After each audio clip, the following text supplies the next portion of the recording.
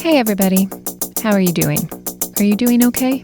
Welcome to On the Defense, the podcast where we look at the intersection of cybersecurity and finance and all the curly stuff that comes with it. And of course, a lot of that curly stuff is cybercrime. And if you've ever wondered who is behind cybercrime, today's episode is going to unmask a lot of bad guys, because in this episode, we speak with Ken Gamble. Now, Ken is both a licensed criminal investigator as well as the executive chairman of IFW Global, a commercial organization that investigates and tracks down perpetrators of cybercrime, whether that's investment scams, payment redirection scams, you name it. But before we get into that conversation, just a heads up that the phrase pig butchering comes up. For anyone who isn't already familiar with that term, it might be useful to know that this is referring to a scam tactic in which fraudsters build trust with their targets and get them to make seemingly legitimate investments before going for all of their money or the whole hog.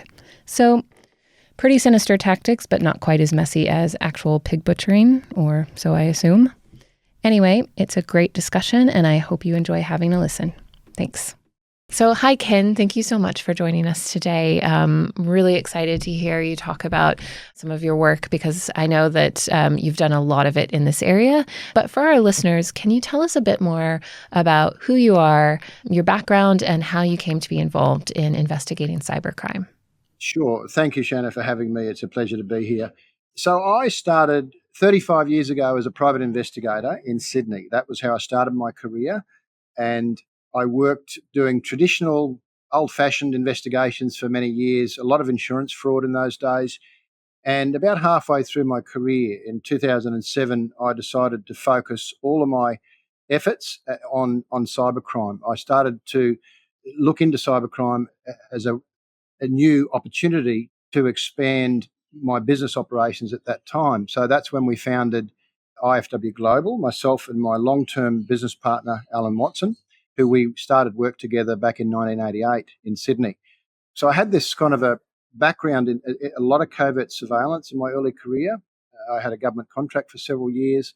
We did a lot of work overseas. We had a lot of experience and a big network of investigators and operatives around the world by the mid-2000s. So I decided to focus on cybercrime. And then from that point forward, we started developing our skill sets in the area of cybercrime and cyber investigation and intelligence gathering.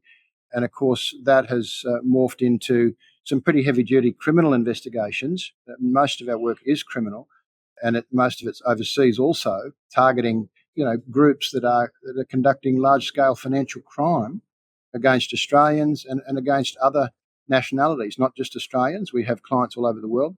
So that's where we are these days. We're kind of, on the front line out there fighting these scam syndicates, but working with lots of different law enforcement agencies and partnering up with law enforcement in order to accomplish our goals and the goals of our clients, and that is justice. Amazing. And so can I ask, what was it a while back when you decided that you wanted to kind of focus on cybercrime? What was it about cyber-related activities that made you think, no, this is where I need to focus my attention? It was actually one event. It was the Rugby World Cup 2007 in Paris. I had hunted down a ticket scammer who had pulled off a massive ticket scam at the Rugby World Cup. And while I was investigating the Rugby World Cup ticket scam, I uncovered a even bigger syndicate that were targeting the Beijing Olympics for 2008. And I started investigating this, and I started reporting the information that I was uncovering to the British authorities. It fell on deaf ears. They did absolutely nothing. They said, we can't really do anything at that time because no crime had been committed. And the Beijing ticket scam became historically one of the largest ticket scams in history. It scammed tens of thousands of people around the world, including Australians, including one of our politicians who paid $30,000 for front row seats in the Olympics, only to find out that the tickets were fraudulent. They weren't real. The websites were fake. All the tickets were just fake. People were spending money and not getting their tickets because the sites were fake. So that investigation led me to multiple countries. I went around the world almost looking for this particular scam syndicate. Ultimately, the mastermind was arrested. He was sentenced to 14 years in prison. It was the front page of the Sydney Morning Herald in 2008, in August of 2008. And that kind of threw me into the limelight of cybercrime, because this was a very clever internet scam perpetrated by some very clever individuals that had been in the ticketing industry for a long time. So that's what threw me into the cyber stuff, and from that point, that was when I started saying, "Hey, we need to start enforcing this type of scam online." So we started looking at ticket scam, and then of course that led us to pay TV piracy and online movie piracy and online counterfeiting and the sale of counterfeit drugs on online call centers and so on and so on and so on, until we started to cover every single aspect of cybercrime, including hacking, ransomware investigations, that sort of thing. We just ended up getting involved in kind of, all sorts of stuff. Wow. And I find it really interesting that you mentioned that you did try to speak to the British authorities, but there wasn't a lot that they were, or they felt they were able to do. I'm curious, how that compares to your work with law enforcement agencies now. Is it something that's taken a lot more seriously, or is there more legislation in place to protect against these sorts of crimes? Like, how is it different? Yeah, there's a huge contrast now compared to then. Back then, cybercrime wasn't as huge a problem as it is now, particularly online fraud. So it was all just kind of starting out, and there was a lot of law enforcement agencies didn't even have cybercrime squads. They just had general police still doing cyber investigations. But that was I'd put a submission to the British law enforcement agency that I thought was the most appropriate for this particular case. But as it turned out, they just didn't want to really work with me. I was a private citizen as far as they was concerned. I was a nobody. And that's quite a typical attitude we get, even to this day, with some countries, although it's not as it's a bit rare these days compared to the old days. But in the old days, law enforcement agencies didn't want to know about private investigators, because a lot of PIs kind of had a reputation for bending the law and doing things outside of the traditional realms of what's lawfully admissible and so forth. A lot of private investigators gave the industry a bad name. So I didn't want to be one of those private investigators. I wanted to rise above that and get into a specialisation and become very highly specialised in one particular area, which at that time I said to my colleagues, this is going to be the biggest crime on the planet. This online fraud and scamming is going to become, a global security threat in the future. I was saying this back at conferences in 2000. I said it at Interpol conference in Hong Kong in 2012 about how this type of activity needs a lot of attention by governments. Otherwise, it will fund and feed and massively enrich organised crime syndicates around the world, which is exactly what's happened now. Here we are 12 years later, and we have a global security threat because of the amount of money that's gone to criminals. So that's where we started. And now where we are is that we are working with law enforcement. We have relationships. We have MOUs. We're just negotiating an MOU right now with the Cambodian National Police. We have MOUs with the Philippines National Police. We are talking MOUs with other countries, other law enforcement agencies, including agencies here in Australia. So we're kind of trying to establish these partnerships and relationships so that what we learn out there in the big world doing cross-border investigations, we can pass it back to our colleagues in law enforcement, and we can work together to actually take these syndicates down, because we can do what they can't do and they can do what we can't do. That they can do the arresting, they've got all the government contacts, they can go through official channels. All of that takes time though, whereas we can operate very efficiently and effectively and very quickly. We can deploy people in most countries around the world within 24 to 48 hours. We can have someone on the ground immediately. So there's a big kind of disparity between what we do and what law enforcement does. It's a totally different enterprise, but we're doing the same job. So really, we should be working together. And a lot of law enforcement agencies are realising that they should work with private sector, not just people like us, also banks and institutions and cybersecurity companies, and those that are actually making a difference out there. They should be teaming up with those sorts of people. I had a call earlier today with a US prosecutor who's leading the charge in relation to pig butchering scams and, attacking this kind of global problem of love scams, whatever you want to call it, cryptocurrency investment. It's a common term known as pig butchering, but there's so many different angles now to it that everyone has to come together and work together, and that's what Australia is doing. It has been quite successful in the last couple of years. There's been a lot of effort and a lot of push by the politicians to start working together. It's comforting to hear that it's headed in that direction after you had, a bit of a Cassandra moment earlier in your career. That's a good note for us to then maybe delve into a little bit more about IFW Global. What is this organization? So we know, I can tell based on your response that this is, private organization, private investigation, but can you tell us exactly who is IFW Global and what is your mission? Yeah, absolutely. So we are a private company run and owned by two individuals, myself and my business partner, Alan Watson. And we are a private investigation firm licensed by the New South Wales Police Force. So in the state of New South Wales, we have a license issued by the police under the Security Industry Act to allow us to conduct criminal investigations. And we use that license as our authority to investigate all over the world. We're also licensed in the state of Florida.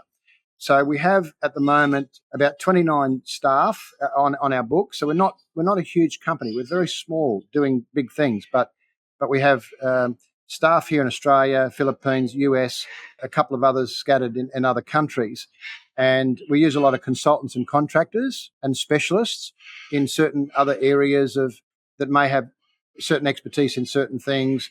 We contract work out. We find people who have skill sets, and we find those people all over the world, and we recruit them to work for us for whatever reason. So it is purely a commercial enterprise with staff who have varying degrees of experience and skill sets. So within IFW, within our office environment, we have our cyber investigation team, who consists of people who are trained in cyber investigations, open source intelligence gathering, and also forensics. We do a lot of forensics, cyber forensics and internet forensics on when we examine crimes that have been committed on the internet. We have to try and forensically put the pieces back together.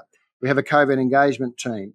We have our external surveillance teams in different countries doing physical surveillance.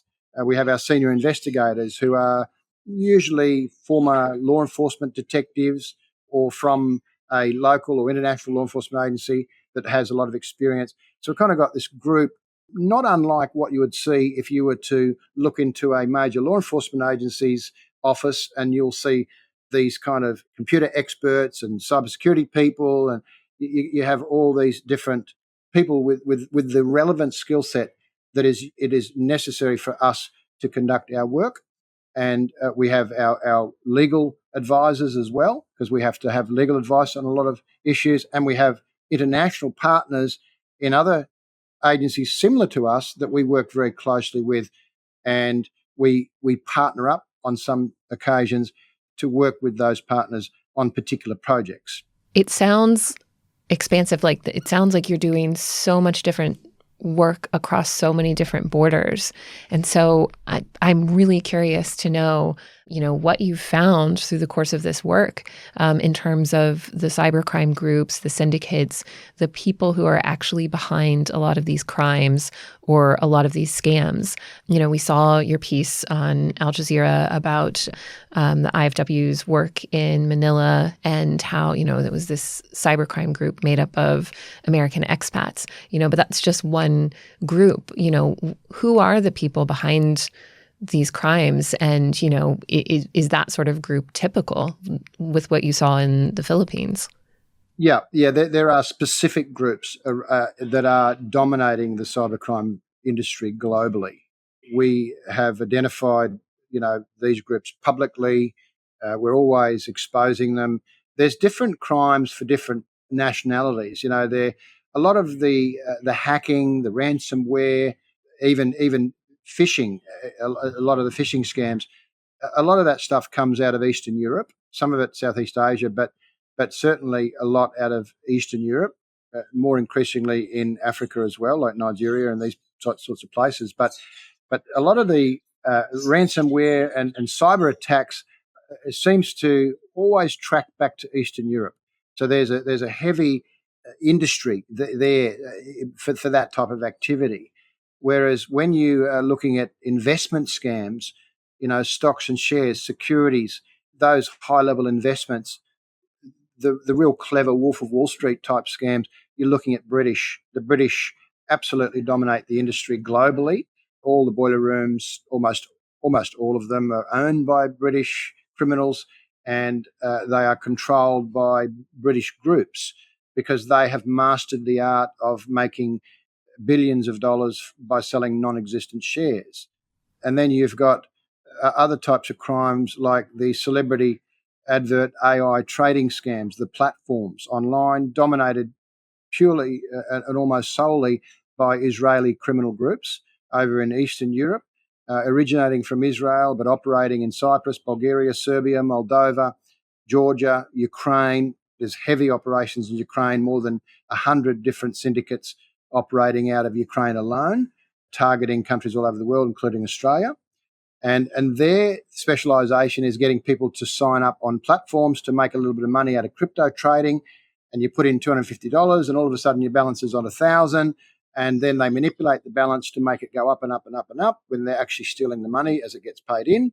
And you can never withdraw the money out because there is no money there. So that kind of involves a lot of nationalities, but heavily controlled by specific Israeli crime groups. And we've discovered only about 6 or 7 major groups internationally that control a majority of these types of crimes. And then you've got the pig butchering love scams, the WhatsApp messages that everybody gets, that's controlled by the Chinese. These are Chinese organized crime groups that have set up compounds, and they've recruited tens of thousands of workers from China to come into Southeast Asia and set up compounds in the Philippines, Cambodia, Laos, Thailand, Myanmar, and now extensively in Dubai, in the UAE.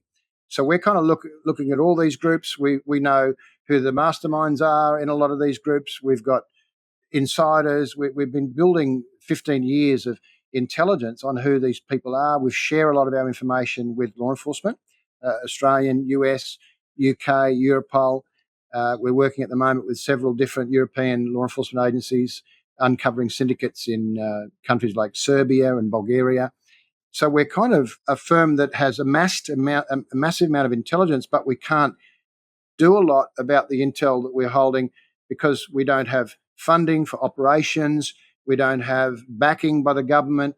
We don't have that clout, that power to go out and actually take these operations down. We do some of them. We do several, every year we take down. We've just taken one down in February in the Philippines. We've done a couple of big ones last year and the year before. So every year we're hitting the syndicates. Sometimes there's hundreds of arrests. Sometimes there's only a small amount of arrests. But you're looking at the Chinese, the Israelis, the Russians and the Ukrainians, and of course the British. So these sort of nationalities tend to control a large amount of the scamming that goes on. If you were to take all those groups out of the picture, you would see a dramatic drop globally in online scamming. Interesting. I'm curious as well. I know you mentioned investment scams and how these kind of different nationalities and different groups kind of own these sort of different tactics and scams. A lot of what F-Shore kind of works with and finds with our customer base are payment redirection scams or business email compromise. We see, a lot of basically, one email system will be infiltrated from a supplier, and then they'll spend months researching and then kind of building up like kind of organic communication between the supplier and the target organization. Sometimes they even infiltrate the target organization as well. And then finally, one day they'll ask for, updated payment details or something along those lines. And then that's when you get, a very well-meaning, usually very meticulous AP professional transferring fraudulent, funds into, an account controlled by the cybercriminal. Have you seen much of that? Have you seen that coming from any particular corners or how those sorts of groups operate?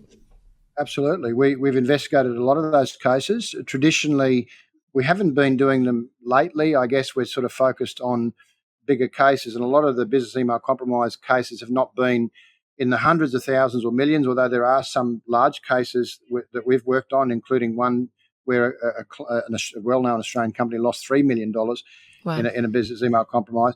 And we tracked that particular one to Malaysia, and they were, from memory, a Nigerian group that were operating in Malaysia. So you've got foreigners operating in countries like Malaysia and the Philippines, but also Eastern Europe. We've seen, with the ones that we've investigated, them coming from Africa and Eastern Europe. That's predominantly where they originate from, and then the money gets laundered through money mules. So they have a separate industry for the money laundering. So the old saying, "Oh, if you want to catch the criminal, just follow the money." Well, that sort of doesn't really work when it comes to this scamming industry, and even with BECs, the business email compromise cases. Quite often, the money goes straight to a mule's account, say in Hong Kong, and then if we don't freeze it quick enough, it goes out of that account, and then it will flow to other accounts where it gets laundered by the launderer, whose job it is to get that money to their partner, who is the actual fraudster that's running the scam. So what these syndicates are doing is they're subcontracting out the money laundering. They're keeping it at arm's length completely, so that when law enforcement pursue the money trail, they end up coming up against a brick wall, or they may arrest some low-level money mules. And we've seen it plenty of times because we've actually arrested a few of them ourselves with law enforcement in these other countries, and we've spoken to them, and they give us a sob story about how they were duped. They thought it was for property. They kind of always say, "Oh, I didn't know it was illegal. I was just helping a friend." Blah blah blah. They come up with a false story sometimes, but sometimes the money mules are very well and truly involved. But we see really different groups involved in this. I mean, business email compromise, I think, takes up around about 40% of all of the cyber attacks in Australia. It's a huge issue for business email compromise, and of course ransomware. That's also another big issue, and there's been a lot of those attacks as well. And of course, a lot of the ransomware stuff does come from Russia and Ukraine. We've identified some of those groups as well, and that there's been a lot of publicity about those. But the scams that target Australia, including businesses and all, the reason they are prolific and so big in nature is because they work. They get the result. There's only two things that a scammer sets out to achieve. They want your money or your identity. So one of the two. So you only have to protect those two things, and and then you're not going to become a victim. But that's the only two things that these criminals want: is your identity and or your money. I have so many questions about, what you find when you track down money and how you even go about doing that. But just really quickly, I have to ask, how these groups operate. You mentioned kind of these lower level money mules and everything. What do these groups look like? Is it just kind of a loose collective of people working together? Is it something closer to an organization, like what we would recognize as, our employers? Just because, we've seen research looking at, dark web adverts, recruitment ads kind of promising, good workplace culture and paid time off and like pretty attractive salaries for some of these like cybercrime focused jobs. And so I'm wondering, what does this look like a lot of times? Does it look like, like really, really organized? Is it a bit looser than that? How does it work? It's highly organised, and that's why it's so successful. We've been inside many of these operations. Last year, we got inside an operation in Kiev in Ukraine. We had hidden video right throughout an operation with about 500 employees. Our undercover guy was working in there, and he was able to get extensive footage. And it is so highly organised. This is an Israeli-run operation. Everything is run like an industrialised corporation. It has the HR department, the accounting, the finance department, the sales, the onboarding, the client onboarding. These companies put legitimate companies to shame. with their degree of organisation, because they have the money to spend on recruiting the best people. They bring the best possible people with university degrees in accounting and even cybersecurity teams that they employ. So they're spending the money that they're making, they're investing it into establishing a multinational criminal corporation. And that's what they are. The same as the Philippines. When we raid these boiler rooms, we see pretty organised British criminals who, they have their payroll department. They have, and what they have is this huge underground network of recruitment as well, which is another area that we've penetrated in recent years, is the recruitment. How does the recruitment work? And we've managed to find out how they were recruiting, doing recruiting in Britain, come and work in telemarketing in Southeast Asia, and 5,000 to 10,000 a month, all these attractive adverts, and they would actually go through a proper recruiting process, and which is quite risky when you think about it, because a lot of these guys come over to Southeast Asia, and some of them just go, "Hey, this is a scam. What do you?" And then they'll expose it. But these people, these criminals, put a lot of fear in the employees when they start.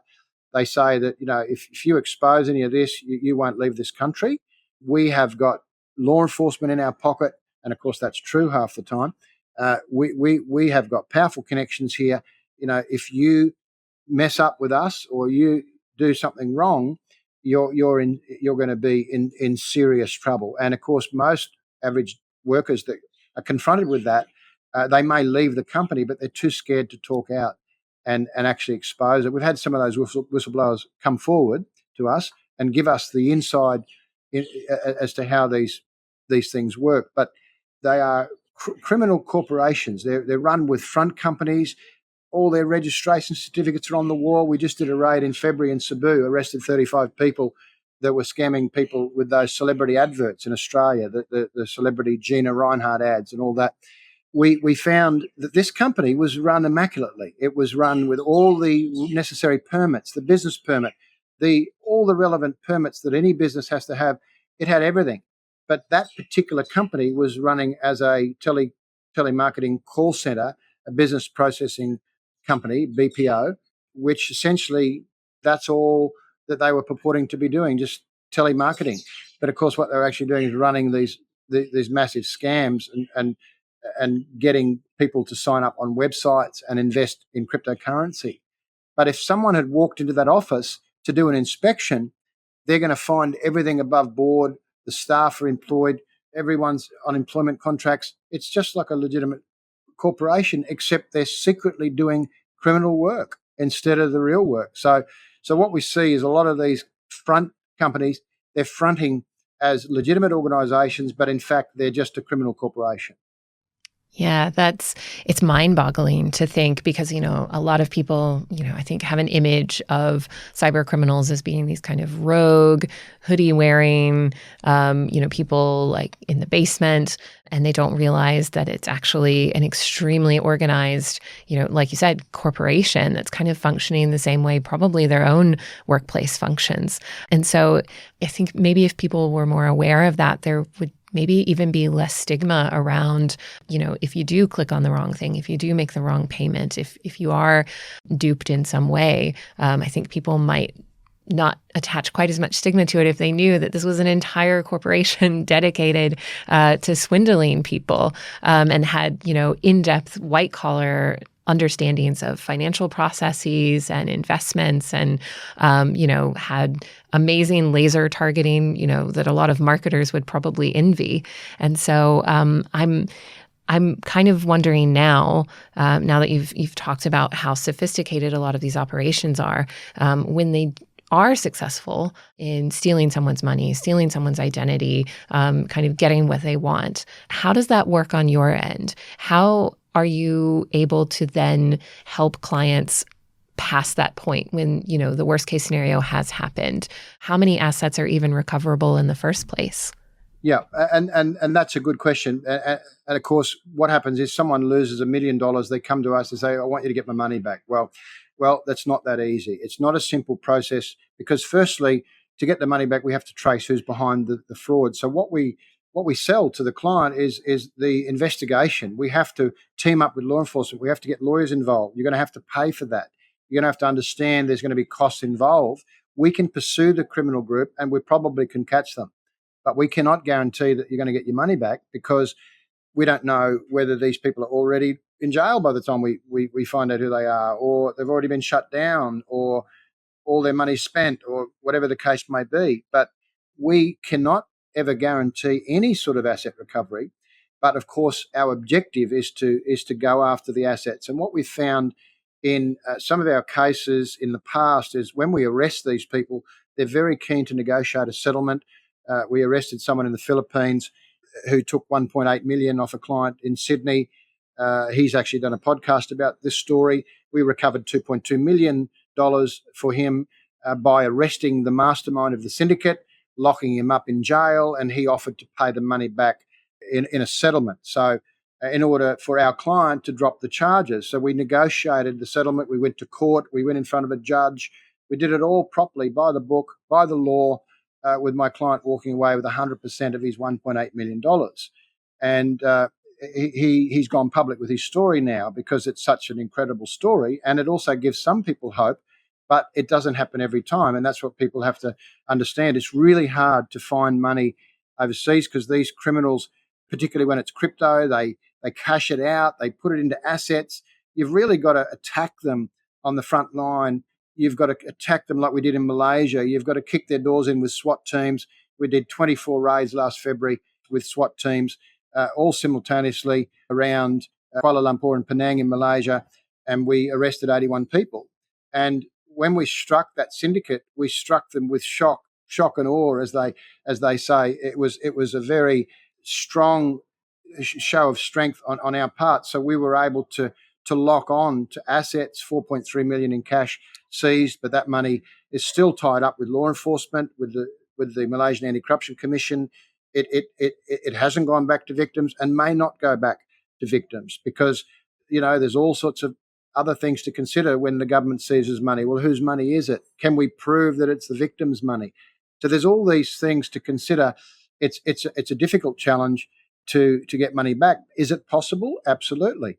And is it more possible with law enforcement? Absolutely. If law enforcement get involved in pursuing these offenders, the chances of asset recovery goes up dramatically because they can act quickly. And whilst we can represent the victims and we can uncover the syndicates, law enforcement have a lot more power to freeze bank accounts, to pursue assets, to work with foreign governments and to track all of that cross-border stuff, which we can't do unless our client is willing to fund the legal work necessary. And we've had some of our cases with hundreds of thousands, in fact, millions of dollars worth of legal bills just by pursuing the money. We've frozen money and it's cost $1 million in legal fees to get $10 million back, for example. So, someone has to foot that bill. And that's where litigation funders come in. They're kind of lining up to fund our work at the moment. But if we have our eye on an asset, we often sometimes work at freezing that asset prior to arresting the offenders. So there's a whole other podcast on asset recovery and the intricacies of it. But it is possible, but very challenging, very difficult. And what people have to understand is that law enforcement anywhere in the world don't go after assets. That's not their role. They're after prosecutions. They won't go out to recover your money. That's not their role. So a lot of people mistakenly contact the police when they've been a victim of these crimes and they think that the police are going to recover their money for them. Well, that's ain't never going to happen because police that's not their role to recover money. They will pursue the criminals. They will freeze proceeds of crime in wherever they can, but they won't go after the money as such.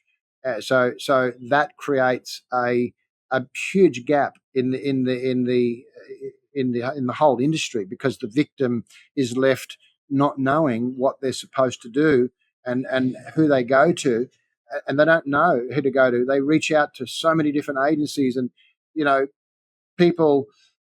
I've had people in Australia reporting things to the FBI, which is crazy because they're in Australia, right? But people are so desperate to try and get answers from someone. They go all over the world reporting these scams, and some of them have given up their jobs and they're full-time become advocates for other victims. But unfortunately, a lot of these groups are banging their head against a wall because until the whole system changes and until governments start looking at assets and asset recovery, and I think that the government should, because I believe that millions, tens of millions, even hundreds of millions of assets are recoverable from these criminal groups. And Singapore police proved that last year when they froze $800 million worth of assets belonging to a criminal group. So that's an example of how powerful law enforcement can be when it comes to asset recovery. So I think we're still a few years away from that.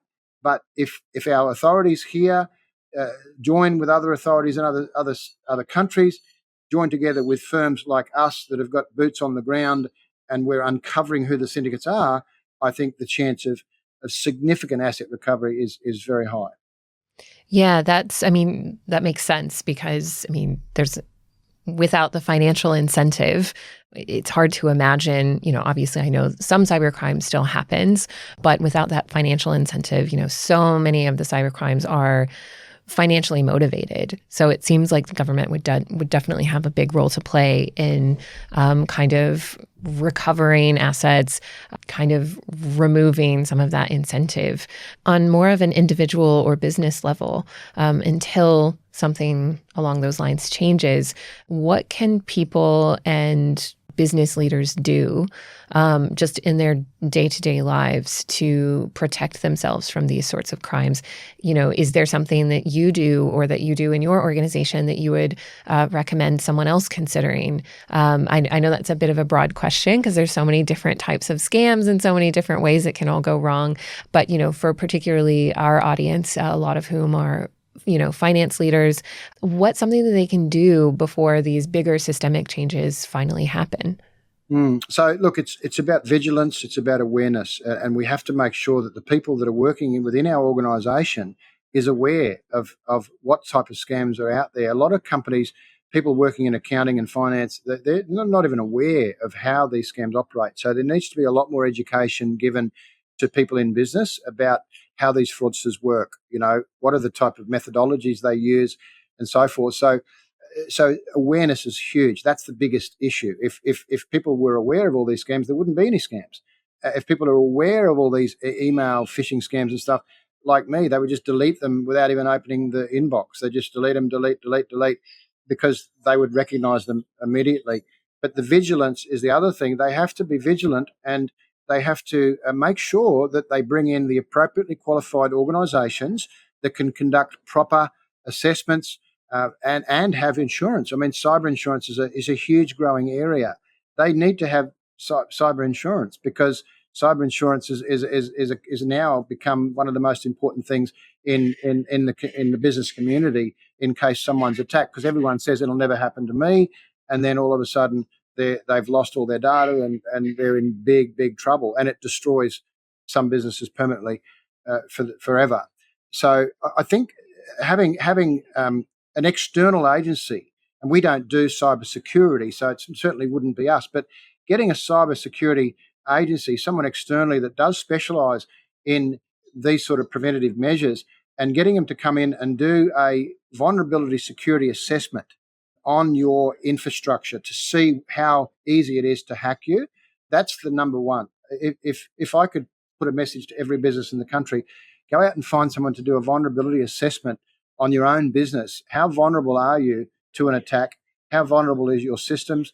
Have you updated all your software? Have you updated, most companies you'll find will say no, or they think they have, or the CEO will say, yeah, we're on top of this. I've got a really great IT guy and he's on top of it all. But in reality, they're not on top of it. And when we see experts come in who are real experts, they find a whole array of problems that could lead to serious hackings, for example, ransomware attacks, and so forth. So really being vigilant and aware of what they need to do to plug these things up, make themselves a hard target. This is something that the government's always saying, but we say the same thing because that's the key. There's no magic solution to suddenly stopping all of these attacks, because the attacks are going to keep coming. They're going to come in all forms. They're coming more now than ever before because of the artificial intelligence, the sudden growth of AI has opened up the doors for all sorts of new scams, and we're going to see an increased amount of activity trying to attack businesses to get information, to find out information. So there has to be strong defences. People have to be vigilant, including the people all the way down the line in the company. Anyone that uses email that has access to the company server or the company database must be vigilant, must be aware, and they have to have somebody watching over them to be able to say, well, this is what we need to do to secure your organisation. And there are some companies out there that are doing a great job. We've worked with some of these companies that are doing a fantastic job of securing. They're like Fort Knox now. So they combat these attacks on a regular basis. Obviously, the banks do a good job, but they got millions of dollars to spend. So it's really a case of taking those steps. And if someone doesn't know what to do, get advice. Go online. There's so much information about what you should do in order to secure your own organisation. Because once there's an attack, it's too late. It's one of those things you can't often recover from, particularly if you've had all your data stolen and locked up, or if you've just lost millions of dollars in a BEC fraud, and that money was someone else's money, or you've got a lot of things that you've now got to deal with. So I think that really the vigilance, the awareness, that's number one. Everyone's got to really look at that and ask themselves, how can I make my organisation aware of these scams, and without scaring people too much, but make them aware and have them trained up on how to recognise scams, even scam calls, even telephone calls, phishing for information. All of that is all part of it. Yeah, I think one of the, I guess, more concerning developments that we've seen is, business leaders saying, look, we've got a lot of security procedures in place and we do training, but some of the procedures kind of were designed, in the early 2000s or maybe even earlier. And so they're not taking into consideration emerging threats. And so on that note, since, you mentioned that awareness is a huge part of this, I think one thing that's challenging is constantly keeping up with all the different tactics and all the different ways that systems and processes can be circumvented. So have you seen, like maybe in the past, let's say 4 years, like maybe since COVID, have you seen any changes in tactics? Have you seen any shifts in how cybercrime groups are approaching things? Have there been any trends that you've noticed over the last few years? Yes, we absolutely have seen a massive shift in the way that online scams operate. For example, once COVID started, everyone's at home on their computers. It was just massive. That's when the pig butchering scams emerged. Billions and billions of dollars scammed from people around the world because of COVID, because of the restrictions of COVID. That started. And what happened is a lot of these syndicates, the ones I mentioned particularly, they've changed their methodology. Now they will put these adverts up on Facebook. A classic example is the celebrity adverts. Instead of fishing for people to talk to or to cold call, they will now put up websites. For example, a celebrity advert saying that a celebrity is endorsing a certain platform because it's got AI trading, and quantum AI is a classic. You see this across Facebook. Still to this day, these adverts for quantum AI, it means nothing. It's just what they brand this fake trading platform. It's all run by Israeli criminals. Every day you'll see them popping up on Facebook. So it's absolutely huge. So it's like a honeypot. So they've gone to now baiting people into registering, and they've created all these honeypots with term deposit frauds in Australia. They have put adverts now on Google Ads, and the keyword is term deposits Australia, term deposit rates Australia. They will use those keywords and put up their adverts, and they'll put fake comparison pages up on Google so that the first 10 pages on Google is all the criminals, belong to the criminals. So when a little old lady from Tamworth wants to invest $1 million, she puts it into a term deposit because it's a very low risk investment, not a big interest, but someone who doesn't want to take any risk with their money, and all of a sudden they're caught up and they've transferred the money into a criminal and the money's gone. and they fall victim to a scam.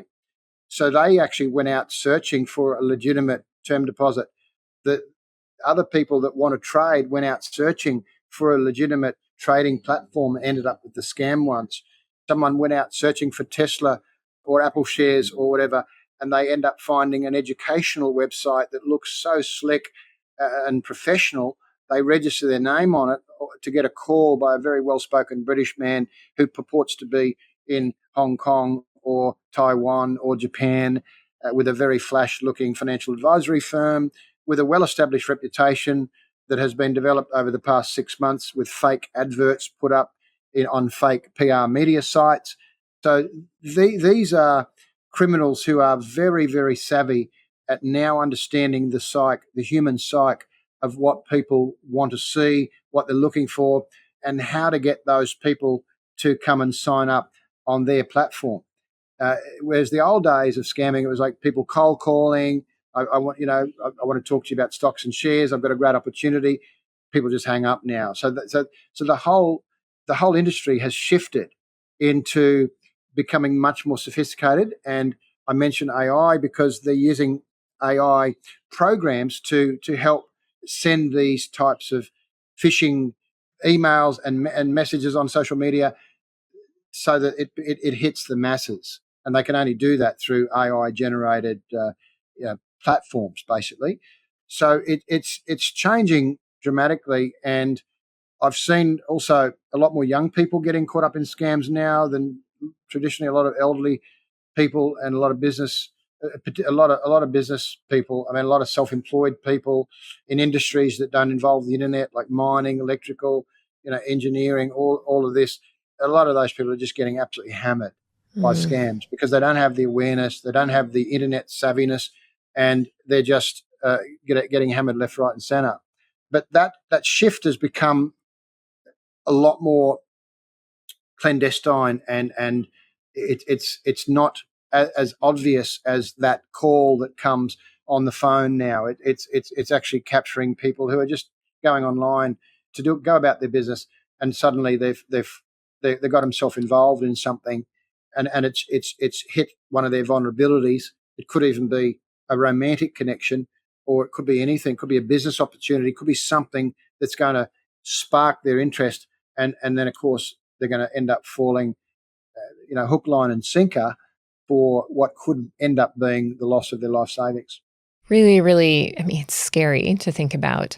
And, particularly with, like you said, the addition of, AI capabilities, it is a little bit, it's overwhelming sometimes. So I'm wondering, is there anything about the threat landscape? We've talked about a lot of reasons to be, quite worried about the threat landscape in the near future. But is there anything that makes you feel more optimistic or hopeful about where we're headed? Yes, absolutely, and that is the relationships that we're building with law enforcement agencies. For example, we're sort of coming down on some of these groups now. We're exposing them. We're seeing big exposures internationally. BBC and lots of international media are now exposing. So we're seeing a massive shift in the media is really exposing this now to the world, and law enforcement now also taking it seriously, whereas before they never were. Now they're actually saying, you know what, we really got to do something about this. So I think that there's a lot of good news to come. And also, when I talk about AI being used for scams, we're using AI too right now, every single day, to identify suspects and to track people. So we've also capitalized on the technology, and we're doing things now we never could even dream of even a couple of years ago.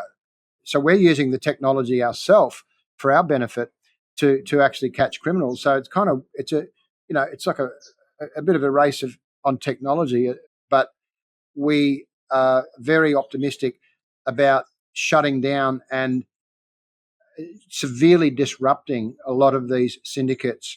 I think that by next year, I would love to see a massive drop in our scam statistics in Australia. We've had the National Anti-Scam Centre open last July.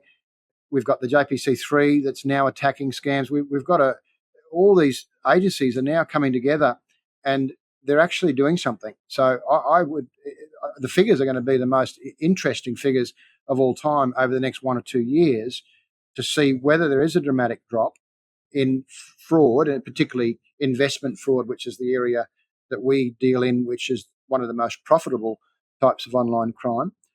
I'm sort of excited about the future in a way, because I know that we're gonna disrupt. We've got operations already planned in other countries in the coming months. Yeah, I can't wait to get over there and smash some of these syndicates to say, well, here we are again. So I think that there is a lot of hope, and I think that we're in a generational gap at the moment where people are just overwhelmed, and no one, there's been no kind of real fix for all these problems. But I think that things will start ironing out, and over the next few years, people will just become so aware that these scams and frauds and even online intrusion and all these things are going to take a different shape. And hopefully, I would be certain that the statistics are going to drop dramatically as far as the victims here in Australia. Yeah, well, we've definitely come such a long way from when you first started out and were first trying to get, law enforcement authorities to kind of take some of the online scams seriously. So I think that by itself is definitely a reason to feel optimistic and to hope that we definitely see maybe a bit of a decline in some of the massively increasing stats we've seen. Unfortunately, hopefully we do start to see those stabilize and hopefully drop. It can be a bit scary and nerve-wracking, but I think those are really good reasons to be hopeful. On that note, I'd love to kind of wrap things up and see if our listeners would like to find out more about you or the work that you do at IFW. Where can they find out more about you and who you work for? Sure. Your IFWglobal.com is our website. Anyone can make an inquiry on our website. I'm also on LinkedIn. I do connect with a lot of people on LinkedIn. Either LinkedIn or through our website is the best way to get in contact with us. Our numbers, all our contact details are on our website at ifwglobal.com. And I'd be more than happy to help anyone that has a question or a concern. I do get a lot of messages, and it's hard to keep up sometimes, particularly when we do any media stories. We get overwhelmed with inquiries. Some people we can help, some we can't, but that's the best way to get in touch with us. And if we can't help you, we will be able to steer you towards someone that can help. And even if it's a matter of someone that's having trouble getting the police to investigate their case, we might be able to give them some hints and some ways to try to make it easier with their dealings with the police as well, because some state police are very restricted to what they can do, particularly, and sometimes they just need a little bit of a push, or they need to have some more evidence in order to get them moving on somebody's case. It's quite often the case that they may just need a bit more. So whatever it is, we can certainly help. The other thing I wanted to mention briefly is that there's a Hollywood movie that's come out called The Beekeeper, and it's all about scams. It's the first time we've seen a movie of this type. Jason Statham is the star of the film, and it's really about someone who has been scammed, lost their life savings, and he goes on this mission, uncovers this global syndicate of scammers, and it's actually not far from the truth, that film. So it's a very good film for anyone that wants to see the impact and the devastation of what scams can do, and how well organised they are, and how high up they can go in some foreign governments. It is a great film to watch. Fascinating. I'm a huge fan of movies, so I'll always take a movie rec. I'm also curious, are there any other events or anything coming up in the calendar for anybody else who's curious to know more about cybercrime prevention or just cybercrime more generally? Yes, so IFW and the International Association of Cybercrime Prevention is co-hosting the Global Financial Crime Summit of 2024 at the Sydney Intercontinental Hotel on the 14th and 15th of November. It's going to be a prestigious event. We've got some great speakers coming from various countries, senior law enforcement officials. We're really going to tackle this at a high level, global financial crime, and what we're doing about it and how everyone can play a part in that. The website has gone out. It's ifwglobalevents.com, and it's just been released. So we still haven't, we're not selling tickets yet, but We are establishing the event. We've got our first line of speakers identified, and that will be a major event for us at the end of the year. Amazing. That's so great. Really fascinating to talk to you, Ken. And also just not just thank you for your time today, but thanks for the work that you do. It's so important and really interesting to hear who's behind some of these crimes and how they work and what people can do about it. Thank you so much for your time today, Ken. It's absolutely my pleasure. It's great to get it out to as many people as possible. Awareness is the key. So it's my pleasure always to talk about these topics. Thanks again for listening to the latest episode of On the Defense. If you'd like to find out more about F-Shore, you can follow us on LinkedIn or head to www.fshore.com. Thanks again. Bye.